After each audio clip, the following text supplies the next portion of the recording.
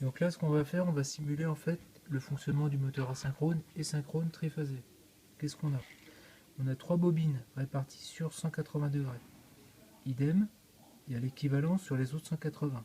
Si je regarde bien, cette phase-là, hop, je rentre par le point chaud, je ressors, je fais le cheminement, je vais sur la bobine qui est juste en face, je rentre de nouveau sur le point chaud et je suis sur le point commun. C'est-à-dire que cette bobine est en série avec celle-ci avec celle-là, celle-là avec celle-là. Ok? Le principe du moteur asynchrone. Le rotor est passif du point de vue magnétique. C'est une masse de tôle. Il peut démarrer seul.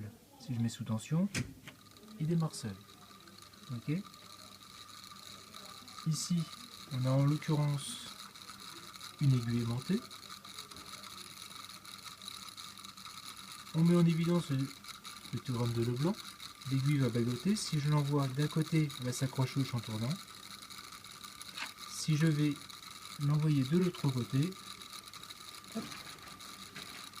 elle s'accroche aussi au champ tournant, mais en sens inverse. Au niveau du moteur asynchrone, si je fais un mix de phase, hop là, je permets tout simplement 2 câbles d'alimentation, on remet sous tension, et c'est parti en sens inverse.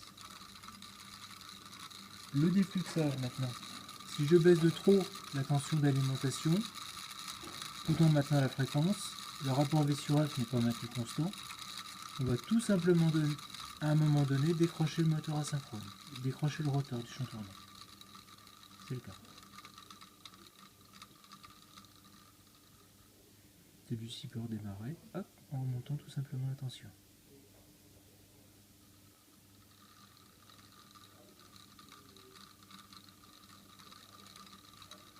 Voilà.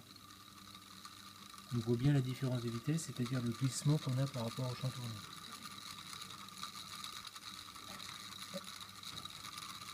On arrête. Le rotor, donc on le voit, c'est une bête masse de tôle, en liaison pivot sur un pieu. On vient mettre quelque chose de actif du point de vue magnétique.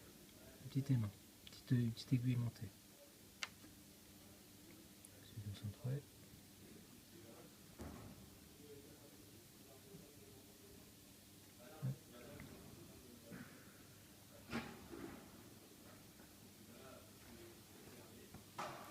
Mis sous tension. Voilà. Le rotor va se mettre à vibrer. En fonction du champ tournant, évidemment, l'aiguille tend à s'accrocher sur le champ, mais n'arrive pas à suivre. L'aiguille va vibrer, mais ne démarre pas. Si je le lance dans le bon sens, hop, voilà. L'aiguille va s'accrocher au champ tournant. La machine synchrone, cette fois-ci, a démarré. Idem, en permutant de phase.